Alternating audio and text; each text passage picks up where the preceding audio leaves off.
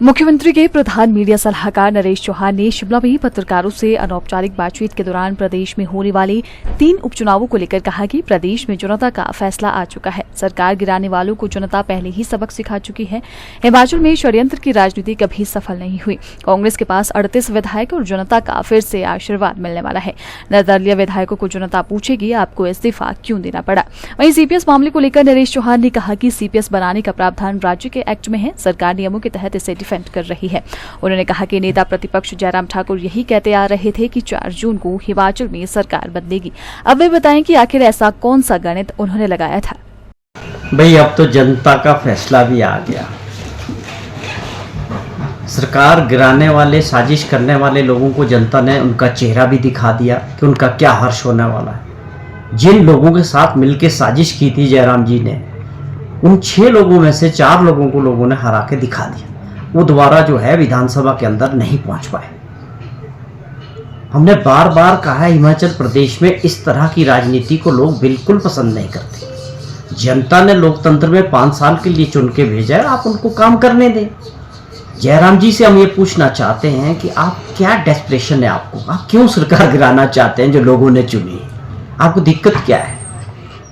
क्या आप लोकतंत्र का सम्मान ये करते हैं या आपको अपनी कुर्सी का खतरा है? जो विपक्ष की नेता की कुर्सी है उसको बचाने के लिए ये सारा ड्रामा किया जा रहा है बार बार। 4 तारीख को सरकार नहीं रहेगी, 4 तारीख चली गई, आज 13 तारीख हो गई, सरकार और मजबूत हो गई। वो इसलिए मजबूत हुई कि हिमाचल प्रदेश के लोग चाहते हैं कि सुखविंदर सिंह सुक्खू जी उनकी सेवा करें। ये लोगों का इच्छा है। जयराम जी किस आंकड़े से गिराते हैं, कौन सा अर्थमेटिक है, ये हमको भी समझाए। नंबर गेम से विधानसभा चलती है, सरकारें चलती है। आप 25 वाले 27 हुए, हमारे पास आज 38 लोग हैं और अगले 3 चुनाव में आपके सामने है प्रदेश की जनता का दोबारा आशीर्वाद मिलने वाला है। क्योंकि जिन परिस्थितियों में ये पहली बार इतिहास में हुआ होगा कि निर्दलीय विधायक लोगों ने चुन के भेजे और वो अपना रेजिग्नेशन दे रहे हैं। अब उनको बताना पड़ेगा जनता की अदालत में कि आपने क्यों रेजिग्नेशन दिया, आपकी क्या मंशा है, और दोबारा आप आके अब दोबारा से लोगों से दोबारा से वोट मांगने आ गए। तो ये परिस्थितियां लोगों के सामने हैं। जयराम जी को ये समझ लेना चाहिए कि आपको 2027 तक इंतजार करना है।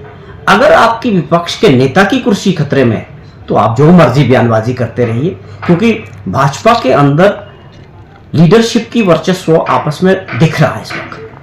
देखिए, ये एक बहुत बड़ा सवाल है कि 1.5 साल का समय हो चुका है और कुछ लोगों की महत्वाकांक्षा की वजह से बार बार हिमाचल प्रदेश को चुनाव में ही रहना पड़ रहा है।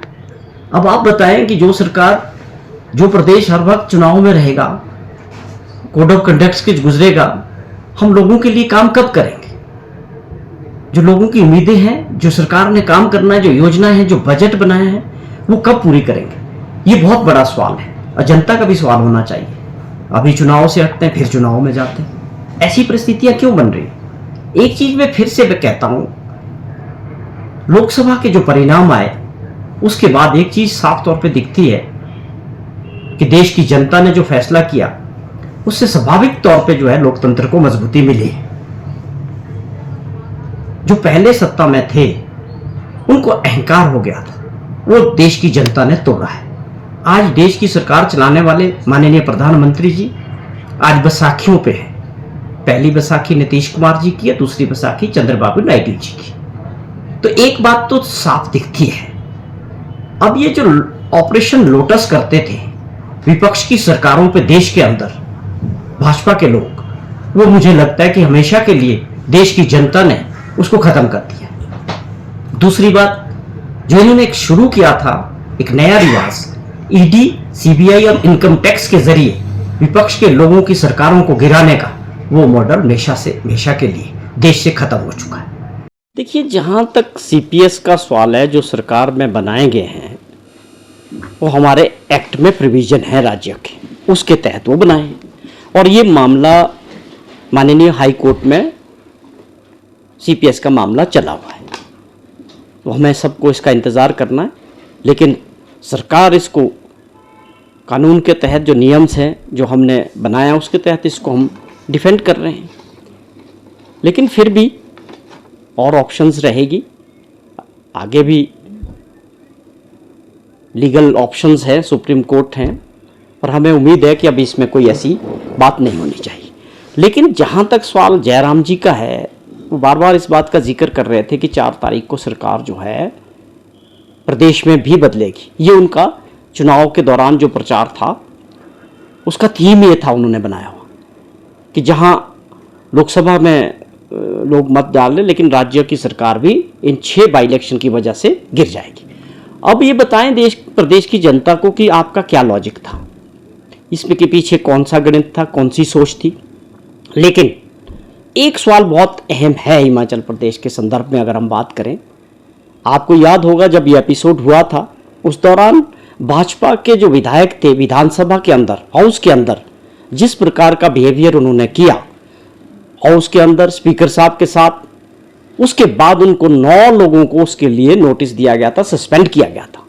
वो फैसला अभी पेंडिंग है और बहुत गंभीर है, वो अपने आप में बहुत गंभीर है कि अगर हाउस के अंदर उस प्रकार से बिहेव करेंगे माननीय सदस्य, उसको बड़ी गंभीरता से स्पीकर साहब ने लिया, होना भी चाहिए। तो वो फैसला बहुत अहम है, उस पर फैसला करना है स्पीकर साहब ने आने वाले समय में। मैं समझता हूं कि हिमाचल प्रदेश की राजनीति के संदर्भ में वो एक बड़ा अहम फैसला भी जो है पेंडिंग है। इससे अगली रूपरेखा जो है वो क्या फैसला लेते हैं, किस तरह से लेते हैं, ये तो हम सबको इंतजार करना पड़ेगा।